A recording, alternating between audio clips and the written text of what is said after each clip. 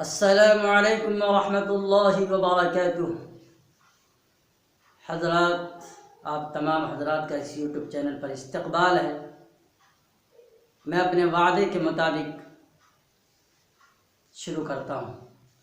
اعوذ باللہ من الشیطان الرجیم، بسم اللہ الرحمن الرحیم۔ لإیلاف قریش، میں پناہ لیتا ہوں اللہ کی شیطان مردود سے۔ شروع کرتا ہوں اللہ کے نام سے جو بے حد مہربان اور نہایت رحم کرنے والے ہیں۔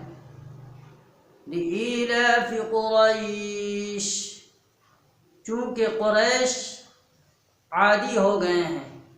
ایلافہم رحلۃ الشتاء والصیف، یعنی قریش سردی کے اور جاڑے کے موسم میں سفر کرنے کا عادی ہو گئے ہیں، یعنی مانوس ہو گئے ہیں۔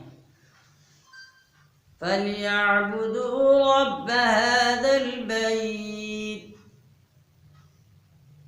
لہذا انہیں چاہیے کہ وہ اس گھر کے یعنی کعبۃ اللہ کے رب کی عبادت کریں۔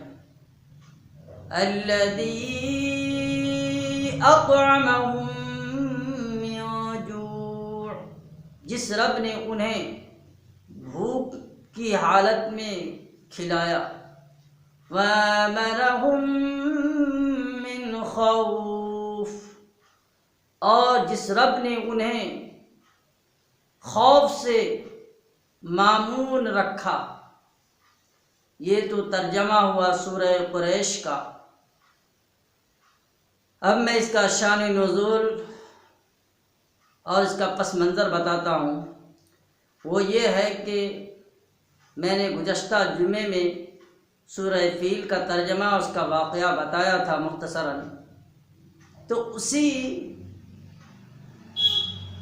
سے متعلق ہے اس سورہ قریش کا اس سورہ فیل سے بہت ہی گہرا ربط ہے۔ وہ ربط یہ ہے کہ جس طریقے سے اللہ رب العزت نے بغیر لاؤ لشکر سے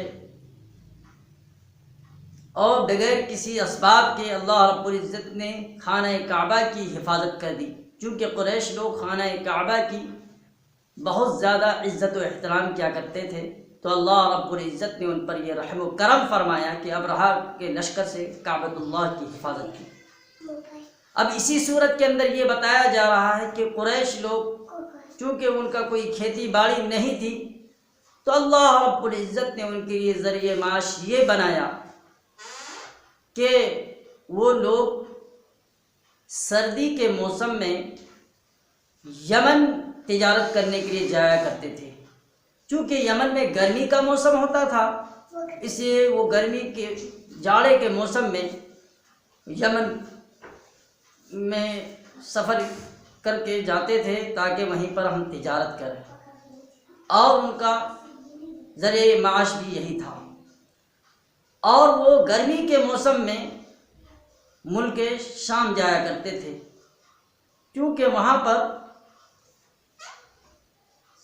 گرمی کے موسم میں ٹھنڈا موسم رہتا تھا، اسی لیے وہ ملک شام جایا کرتے تھے گرمی کے موسم میں۔ اور ایک خاص بات یہ تھی کہ اس زمانے میں بہت ہی زیادہ غربت اور غریبی تھی، لوٹ مار اسی بنیاد پر ہوتی تھی۔ جو بھی قافلہ چلتا تو اس کو لوٹ لیا جاتا، لیکن اللہ رب العزت نے خاص طور پر قریش کا اکرام و اعزاز اتنا بڑھا دیا اس خانہ کعبہ کی وجہ سے کہ انہیں راستے میں بھی کوئی ڈاکو وغیرہ انہیں نہیں لوٹا کرتا، تو وہ بالکل مامون اور محفوظ رہتے۔ تو اللہ رب العزت نے ان پر یہ کرم فرمایا، اس لیے اللہ رب العزت نے قریش کو یہ مخاطب کیا کہ تم میرے شکر گزار بنو، اس لیے تمہارے اوپر یہ دو احسان ہونے کی وجہ سے، یعنی ایک تجارت کا، پھر ہم نے کعبۃ اللہ کی بھی تم جو ہے بغیر لاؤ لشکر کی جو ہے حفاظت کی، اور تمہاری بھی ہم حفاظت کرتے ہیں جب تجارت کے لیے جاتے ہو۔ اس لیے اللہ رب العزت آگے کہہ رہے ہیں فَلْيَعْبُدُوا رَبَّ هَذَا الْبَيْتِ، لہذا تمہیں چاہیے کہ میری عبادت کرو۔ پھر مزید اللہ رب العزت کہہ رہے ہیں کہ دیکھو یہاں پر مکہ میں کوئی کھیتی باڑی نہیں ہے، لیکن اس کے باوجود بھی ہم تمہیں کھانے پینے کی چیزیں عنایت کر رہے ہیں۔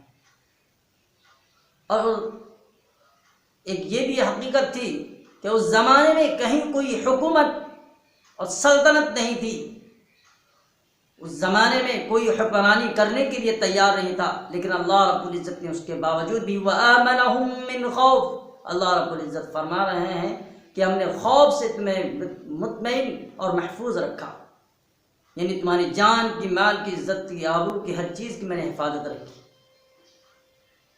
ہر طریقے سے تم پر کوئی حملہ آور نہیں ہوا۔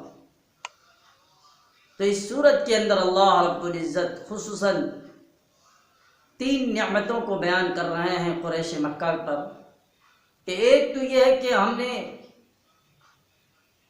جو تجارت کے لیے جو ملک شام اور ملک یمن جایا کرتے تھے تمہاری حفاظت کی، اور تمہارے لیے تجارت کو میں نے آسان بنا دیا۔ دوسری چیز یہ ہے کہ مکہ میں کوئی کھانے پینے کی چیز نہیں اگتی تھی، لیکن اللہ رب العزت نے کھانے پینے کی بھی چیز دی۔ تیسری چیز یہ ہے کہ بغیر حکومت کے آپ کے وطن کی، یعنی مکہ میں رہنے والوں کی حفاظت ہوئی۔ تو اس سے یہ ثابت ہوا کہ ایک تجارت کرنا، دوسرا کہ اللہ رب العزت کا حلال روزی روٹی مل جانا، اور تیسری چیز محفوظ رہنا عزت و آبرو کے اعتبار سے، یہ بھی اللہ کی بہت بڑی نعمت ہے۔ اللہ رب العزت نے اپنے کرم سے ہم سب لوگوں کو بھی یہ چیزیں عنایت فرما رکھی ہے۔ اللہ رب العزت ہمیں اور آپ کو اپنی عبادت کرنے کی توفیق عطا فرمائے، آمین ثم آمین۔ السلام علیکم ورحمۃ اللہ وبرکاتہ۔